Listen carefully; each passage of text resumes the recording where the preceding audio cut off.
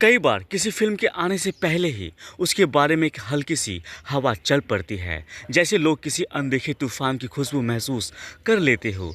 दुलकर सलमान की कांता भी उन्हीं फिल्मों में से एक है। सालों की तैयारी, इंतज़ार और सूक्ष्म मेहनत के बाद जब यह कहानी आखिरकार पर्दे पर आई तो दर्शक जैसे उस दुनिया में खींचे चले गए जिसे निर्देशक सेल्वमणि सेल्वराज ने बेहद धैर्य और विस्तार से रचा था। फिल्म का पहला ही दृश्य आपको एक पुराने समय की गलियों में ले जाता है। धूल उड़ती है, ढोल की धीमी थाप सुनाई देती है और वातावरण में एक रहस्यमयी नमी महसूस होती है।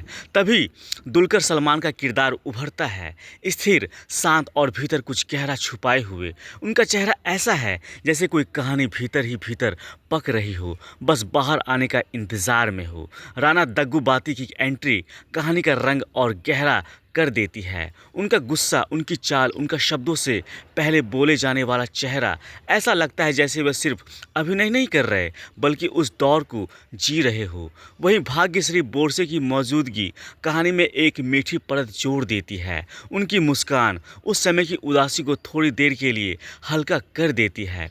कांता की सबसे बड़ी खास बात यह है कि यह फिल्म जल्दबाजी नहीं करती।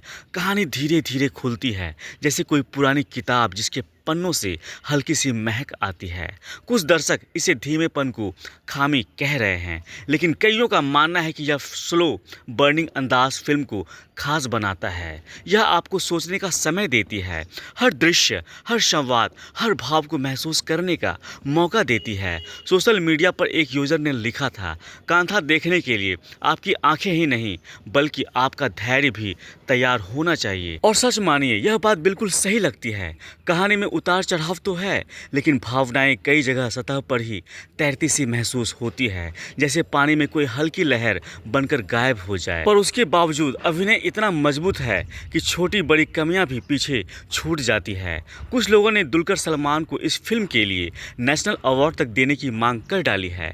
वहीं राणा दग्गुबाती के गुस्से वाले दृश्य सोशल मीडिया पर खूब चर्चा में है। आखिर में बस यही कहना बेहतर होगा, कांता सिर्फ एक फिल्म नहीं, एक अनुभव है। अगर आप धीरे धीरे पकने वाली कहानियों का स्वाद लेते हैं तो यह फिल्म आपके लिए है। आपको यह रिव्यू कैसा लगा? कमेंट्स में दे अपनी राय। तब तक के लिए बाय। Thanks for watching.